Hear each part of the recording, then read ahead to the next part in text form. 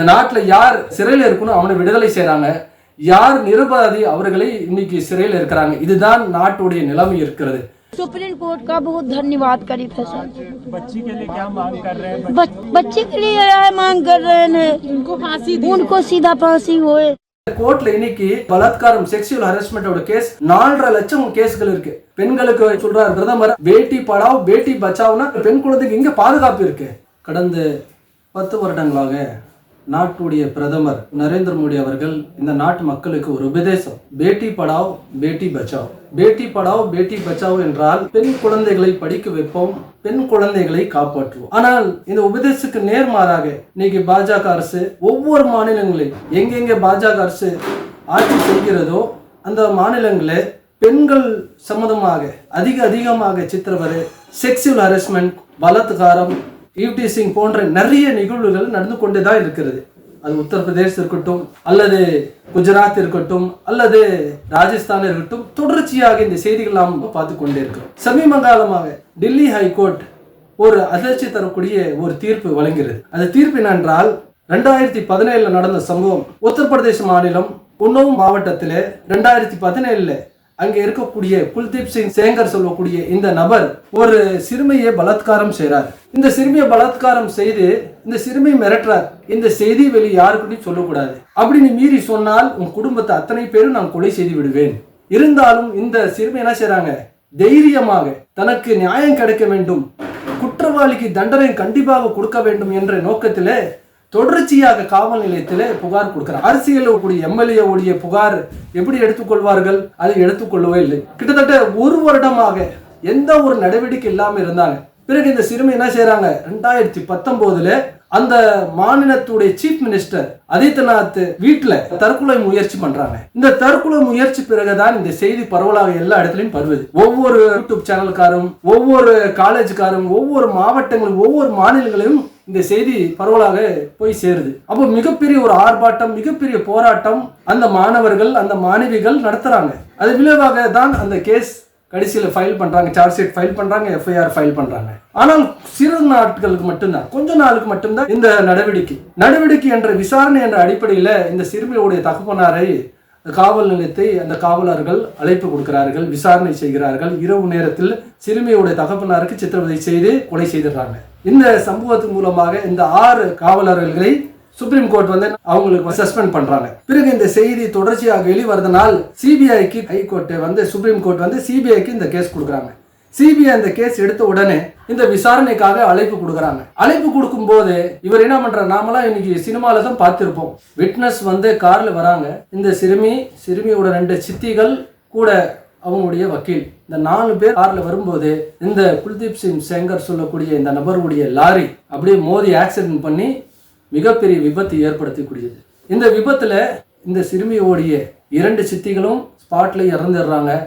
சிறுமிக்கும் மிகப்பெரிய காயம், லாயருக்கும் மிகப்பெரிய காயம் ஏற்பட்டு தப்பிச்சிடுறாங்க. இவ்வளோ அடிப்பட்டு இவ்வளோ காயங்களுக்கு பிறகும் இந்த சிறுமி என்ன பண்றாங்க, மறுபடி கோர்ட்டை நம்பிதான் இருக்கிறாங்க. இந்த அரசாங்கத்துடைய தீர்ப்புல தான் நம்பிக்கை இருக்கிறாங்க. மறுபடி கோர்ட்ல கேஸ் ஃபைல் பண்றாங்க. அந்த நேரத்தில் சிபிஐ சப்போர்ட் பண்றாங்க. இது சாதாரணமான ஒரு விபத்து அல்ல, இது ப்ரீ பிளான் தான். இது குல்தீப் சிங் சேங்கர் தான் இது மிகப்பெரிய ஒரு சூழ்ச்சி செஞ்சிருக்காரு. ப்ரீ பிளான் பண்ணி தான் இது விபத்தாக்கி இருக்கிறாரு. அதனால இது மிகப்பெரிய ஒரு சேதம் ஏற்பட்டு இருக்கு. 2 சித்திகளும் இறந்துட்டாங்க சொல்லி கேஸ்ல இது ஃபைல் பண்ணி ஸ்ட்ராங்கா ஃபைன் பண்ண பிறகு போக்சோடைய அடிப்படையில் இவங்களுக்கு கைது செய்யறாங்க. குறிப்பாக இந்த போக்சோ சட்டம் हमारे बेटियों पर जो दुष्व्यवहार करेगा उस राक्षसों को हम कड़ी से कड़ी सजा देंगे, यानी कि मौत की सजा देंगे. இந்த மாதிரி பெண் குழந்தைகளை யார் தவறான செக்ஷுவல் ஹராஸ்மெண்ட் செய்கிறார்கள், பலாத்காரம் செய்கிறார், அவர்களை நாங்கள் கடுமையாக தண்டனை கொடுப்போம், நாங்கள் அவங்களுக்கு மரண தண்டனை கொடுப்போம் அப்படி சொல்லிட்டு போக்சோ என்ற சட்டத்தை கொண்டு வந்தாங்க. இந்த போக்சோ சட்டத்தை நீங்க பாத்தீங்கன்னா ஒரு சாதாரணமான ஒரு நபர் இது போன்ற குற்றங்களை செய்தால் 7 ஆண்டு சிறை தண்டனை. ஆனால் ஒரு அதிகாரத்தில் தவறான பயன்படுத்தி ஒரு நபர் இது போன்ற குற்றத்தில் ஈடுபட்டால் 3 மடங்காக அந்த குற்றம் அவர்கள் பாயும். கிட்டத்தட்ட 20 வருடங்களாக அந்த நபருக்கு சிறை தண்டனை கிடைக்கும். அப்போ இவர் எம்எல்ஏ இருக்கிறாரு, ஒரு அதிகாரத்தில் இருக்காரு, இவருக்கு ஆயுள் தண்டனை வழங்கப்படுகிறது தீர்ப்பு. ஆனா சமீபத்தில் 7 வருடம் பிறகு கோர்ட் என்ன பண்றாங்க, இவர் ஒரு அதிகாரத்தில் இல்லை, ஒரு சாதாரண ஆள் தான் அப்படி சொல்லிட்டு என்ன பண்றாங்க, விடுதலை செய்யறாங்க. இந்த விடுதலை செஞ்ச பிறகு அந்த கோர்ட்ல இருக்கக்கூடிய அந்த சிறுமி அதிர்ச்சி அடைந்து இவ்வளோ குளிர்ல கூட பார்க்காமல் தான் தன்னுடைய தாய் அப்புறம் அந்த வக்கீல் 3 பேர் இந்தியா கேட்ல என்ன பண்றாங்க, ஆர்ப்பாட்டத்துல இரவு நேரத்துல குளிர்ல உட்கார்ந்து இருக்கிறாங்க. காவலாளிகள் டெல்லி போலீஸ் என்ன பண்றாங்க, அவங்களை இழுத்து அரிசி மூட்டை மாதிரி இழுத்துட்டு அவங்களை அரெஸ்ட் பண்றாங்க. இந்த நாட்டுல யார் சிறையில இருக்கணும் அவனை விடுதலை செய்யறாங்க, யார் நிரபராதி அவர்களை இன்னைக்கு சிறையில இருக்கிறாங்க. இதுதான் நாட்டுடைய நிலைமை இருக்கிறது.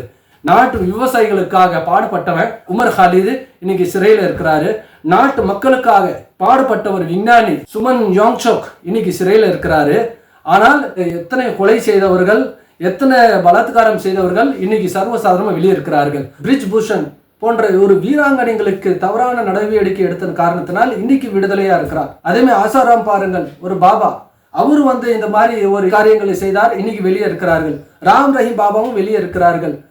இன்னும் ஹஸ்ரத் ஒரு சம்பவம் பாருங்கள், இது போன்ற நிகழ்வுகள் நடக்கிறது. கிட்டத்தட்ட கோர்ட்ல இன்னைக்கு பலாத்காரம் செக்ஷுவல் ஹராஸ்மெண்டோட கேஸ் 4.5 லட்சம் கேஸ்கள் இருக்கு. இதே மாதிரி தீர்ப்பு வழங்கிச்சா நாட்டுடைய நிலைமை நாம் யோசித்து பாருங்கள். அப்போ இதெல்லாம் நாம் யோசிக்க வேண்டும். இதுல விஸ்வ ராஜ்யம் செய்ய போறார்களா, விஸ்வ ராஜ்யம், விஸ்வகுரு, இந்த மாதிரி பேர்லாம் சொல்லி கொண்டு இருக்கிறாங்க. இதே போன்று நிகழ்வுகள் இந்தியாவில் நடந்தால் நாட்டுடைய நிலைமை நாம், பெண்களுக்கு எங்கே பாதுகாப்பு இருக்கும், பெண்களுக்கு எங்கே அமைதி கிடைக்கும், பெண்களுக்கு சொல்றாரு பிரதமர் பேட்டி படாவ் பேட்டி பச்சாவ்னா பெண் குழந்தைக்கு எங்க பாதுகாப்பு இருக்கு. இந்த தீர்ப்புக்கு அப்புறம் பத்திரிகையாளர்கள் உத்தரப்பிரதேச மாநிலனுடைய பஞ்சாயத் மினிஸ்டர் கோபி ராஜ்பார் கிட்ட தீர்ப்பு சம்பந்தமா கேள்வி கேட்கறாங்க. நீங்க என்ன சொல்லிக்கிறீங்க, காமெடி பேசுற மாதிரி அவர் சிரிக்கிறார். அதே மாதிரி பாருங்க, சமீபத்தில் நிதிஷ்குமார் என்ன பண்ணாரு, ஹிஜாப் அணிந்து வந்த ஒரு பெண்ணை ஹிஜாப் எடுக்க பார்த்திருக்கிறார். இது ஒரு செய்தியாளர்கிட்ட கேட்கும் போதே, ஒரு மினிஸ்டர் கிட்ட கேட்கிறோம், ஏன் இந்த மாதிரி மினிஸ்டர், ஒரு முதலமைச்சர் இந்த மாதிரி காரியத்தில் ஈடுபடுறாருன்னா முகத்துல தானே கை வச்சாரு, வேற எங்கேயும் கை வைக்கலையே. இவர்களுடைய சிந்தனை பாருங்க எவ்வளவு அசிங்கமான, எவ்வளவு இழிவாக இருக்கிறது. அப்போ சாதாரணமான ஒரு பெண்ணை பற்றி இவர்கள் என்ன மாதிரி யோசிப்பார்கள், எந்த மாதிரி சிந்தனை இவர்கள் இருக்கு.